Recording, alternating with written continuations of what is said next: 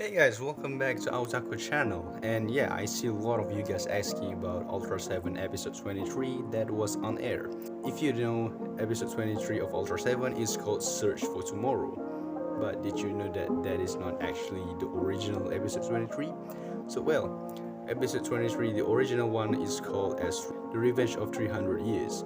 And the reason it was removed is never been shown or explained, but it also been recreated as a video and you can watch it on YouTube, link in the description below. So here it is, a synopsis of episode 23 of Unaired episode of Ultraseven. So here it goes, the synopsis of Revenge of 300 Years. I'll gonna read all of them and let's go. While rock climbing one day, Annie Yuri falls due to some weathered rock and gets separated from her group. After wandering, she comes across a mansion. Entering, Annie is choked by an armored human, a servant to the Stalks. When it is stopped by an unnamed Talk as he believes Annie to be his deceased sister Shishi. When talking to each other, Talk explains his outrage towards humanity as his and Shishi's parents and their college were murdered by humans after they set their residence on fire. Concerned for Annie's safety, Dan and Furuhashi head out to look for her. While Furuhashi distracts the armored human, Dan rescues Annie and retrieves a note back at the Ultra God HQ. They examine the note and find out that the Talks came from a planet similar to that of Earth and wanted to come to Earth to learn more about its inhabitants and possibly become allied forces. However, they were surprised to find out that Earthlings had a tendency to sell weapons and kill each other without remorse. As such, they took refuge in the mountains and created private settlements. So this is a really harsh topic for a kid series, but it's kind of weird that they didn't air this because it has a good message on it. So I'm gonna continue reading this. Just then, some personal report that shadowy figure on horseback was looking for Annie, still under the impression that it was Shishi. Annie picked up a silver flute that she had recovered along with a note and left after him. When outside, Saul reveals to Annie that his orange appearance is a remnant of the damage he sustained when most of the settlement was burned down. He also reveals that his race abandoned weaponry 3,000 years ago in order to sustain peace, but that humanity can't seem to live without it. He proceeds.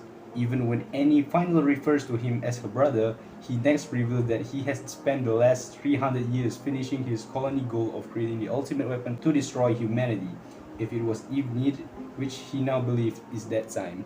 So basically, there's a lot happening here. War. The alien Talk hates war because he doesn't know what to do next.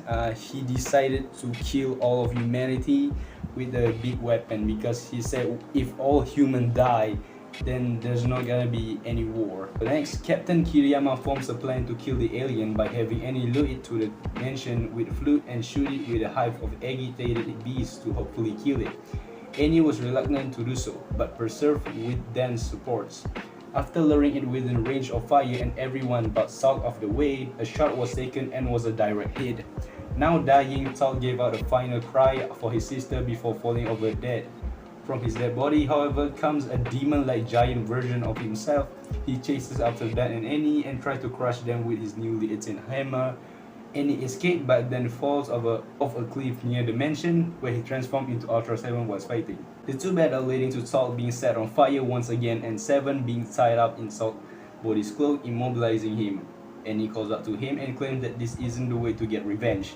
This act loosens his grip on the Seven, allowing him to break free and finish Talk off with a shot from his Imerium beam. Annie then remarks hatred made Talk a demon, to love and forget. Talk, please go to heaven, you are very friendly brother. That is such a fucking deep line, and the fact that it was on air was really missed opportunity because the writing here is quite really good. It just I think it's a bit fast, but I guess because this is a synopsis, that's why it's fast. But this is basically like I don't understand why they removed this episode. But then there's this trivia here, I'm gonna read out as well. Talk's existence was unheard of until a film recreating the production process of Ultraseven was released at some point during the 90s. So in one of my Go and Darkness series of Ultraseven episode, I have put the recreated versions on that clips, and the clips was broken. It's kind of glitchy, but I guess you guys could see it. It's really short, really, and you guys could watch it on YouTube. The film displayed some recreated clips of the lost footage and reconstruct reason to why the episode never aired. This reason being that when Annie fell off the cliff and then transformed into Seven, who caught her, there was a large inflatable Seven hand used for the effects. The inflatable appeared to be functioning properly, but a malfunction occurred which caused the inflatable to deflate on top of Annie's actress. She was almost suffocated but was thankfully rescued in time. As such, Annie's actress requested that the episode not be aired, to which everyone agreed. Later, agent Tsuburaya demanded that an effect such as that should never be used again. The shot of people being held by Seven and all ultra scenes has been composite shots. I respect the fact that she was injured, and I understand when the actors are injured, they kind of like, okay, now the actors are injured, to keep the profile better. It's better off just not like air this episode and make people concerned or something like that, or make the actor feel like they want to leave. So they remove the episode. So that's basically why the episode doesn't exist. So yeah, that's pretty much all of it. In my thoughts, I think that this episode should, I don't know, should not be removed. Like I understand and I respect that the actors of Annie wants to sue them. So yeah. Anyway, thanks for watching. I hope you guys enjoyed this video. Don't forget to like and subscribe. I see you guys in the next video.